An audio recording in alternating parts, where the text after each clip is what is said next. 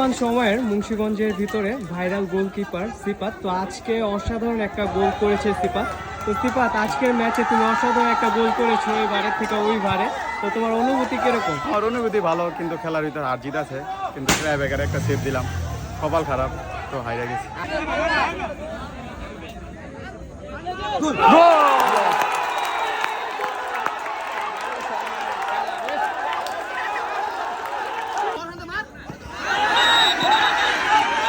আসসালামু আলাইকুম এভরিওয়ান, কি অবস্থা সবার? আশা করি সবাই ভালো আছেন। আলহামদুলিল্লাহ আমিও ভালো আছি। বরুন্ডা যুব সমাজ কর্তৃক আয়োজিত রূপা কাপ নাইট চাইনিজ বার ফুটবল টুর্নামেন্ট 2025 স্থান হচ্ছে আপনার মুন্সিগঞ্জ টঙ্গিবাড়ি উপজেলা বরুন্ডা প্রাইমারি স্কুল মাঠ।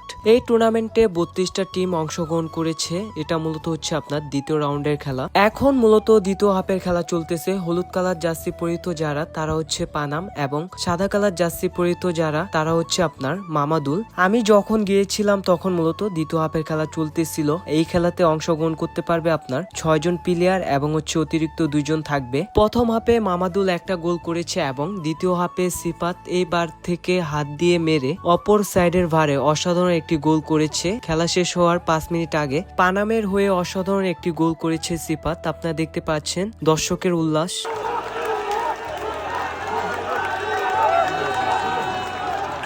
পানামের সাইডে যে প্লেয়ার ছিল তারা বর্তমান সময়ে মুন্সিগঞ্জের ভিতরে এবং বাইরে খ্যাপ খেলে থাকে, এবং মামাদুলের যে প্লেয়ার গুলা ছিল তারা মূলত লোকাল প্লেয়ার ছিল। সব থেকে বেশি বল ছিল পানাম একাদশের প্লেয়ার যারা রয়েছে তাদের পায়ে, যেহেতু তারা বিভিন্ন জায়গায় খ্যাপ খেলে থাকে। তারা অনেকগুলা সুযোগ পেয়েছিল কিন্তু কাজে লাগাতে পারেনি মিস করার কারণে। মামাদুল একাদশের গোলরক্ষক খেলার শুরু থেকে শেষ পর্যন্ত অসাধারণ সেভ দিয়েছে, যার কারণে ম্যাচটি এত দূর আসতে পেরেছে। খেলার সময় শেষ হওয়ার পর দুই দলের স্কোর ছিল 1-1, যার কারণে খেলাটি চলে যায় টাইব্রেকারে। পানামের হয়ে প্রথম শটটি নেওয়ার জন্য যায় তনিম ভাই মূলত অসাধারণ একটি গোল করে। মামাদুল একাদশের প্ল্যান্টি শট আমি সবগুলা ভিডিও করতে পারিনি, যতটুকু সম্ভব হয়েছে আমি ভিডিও করার চেষ্টা করেছি। পানাম একাদশ 3টা পেনাল্টির মধ্যে তারা একটা গোল করতে পেরেছে এবং মামাদুল একাদশ তারা 3টার মধ্যে 2টা গোল করতে পেরেছে। মামাদুল একাদশের গোলরক্ষকের জন্য আজকের ম্যাচটি তারা জয় লাভ করতে পেরেছে, এবং গোলরক্ষকের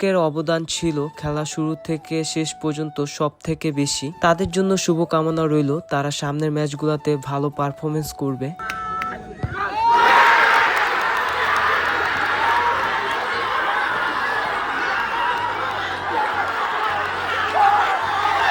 বর্তমান সময়ের মুন্সিগঞ্জের ভিতরে ভাইরাল গোলকিপার সিফাত। তো আজকে অসাধারণ একটা গোল করেছে সিফাত।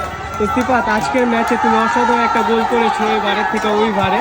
তো তোমার অনুভূতি কিরকম? আমার অনুভূতি ভালো, কিন্তু খেলার ভিতরে হার জিত আছে। কিন্তু ট্রাইব্রেকারে একটা সেভ দিলাম, কপাল খারাপ, তো হাইরা গেছি। আজকে যারা দর্শক আসছে তারা সবাই আর কি তোমাদের পক্ষে ছিল। তো তোমার জন্য শুভকামনা রইল সামনে। এখন যেভাবে তোমার সময়গুলো পার করতেছো খেলার মাধ্যমে, তোমাকে অনেক মানুষ চিনে মুন্সিগঞ্জের ভিতরে এবং বাইরে। তোমার জন্য দোয়া রইল। তো তুমি দর্শকদের উদ্দেশ্যে কি বলতে চাও? সবাই আমার জন্য দোয়া করবেন, আমি যেন আরো আগে যেতে পারি খেলাধুলা নিয়ে। ভাই আপনার অনেক ভাই বিগ ফ্যান ভাই, আমি ভাই অনেক ভালো বলছেন ভাই। বড় ভাই ভালো লাগে।